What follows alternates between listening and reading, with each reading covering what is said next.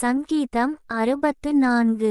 தேவனே, என் விண்ணப்பத்தில் என் சத்தத்தை கேட்டருளும். சத்துருவால் வரும் பயத்தை நீக்கி என் பிராணனை காத்தருளும்.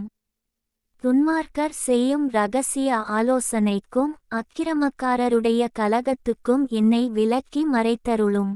அவர்கள் தங்கள் நாவை பட்டயத்தைப் போல் கூர்மையாக்கி மறைவுகளில் உத்தமன்மேல் எய்யும்பொருட்டு கசப்பான வார்த்தைகளாகிய தங்கள் அம்புகளை நாணேற்றுகிறார்கள்.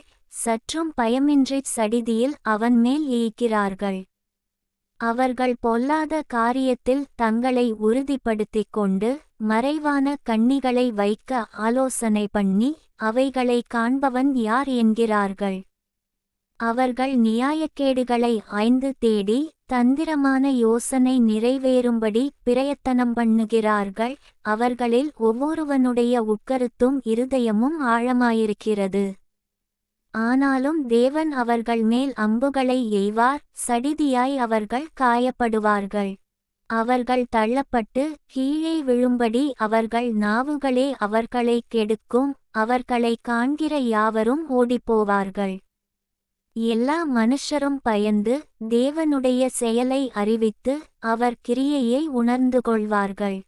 நீதிமான் கர்த்தருக்குள் மகிழ்ந்து அவரை நம்புவான். செம்மையான இருதயமுள்ளவர்கள் யாவரும் மேன்மை பாராட்டுவார்கள்.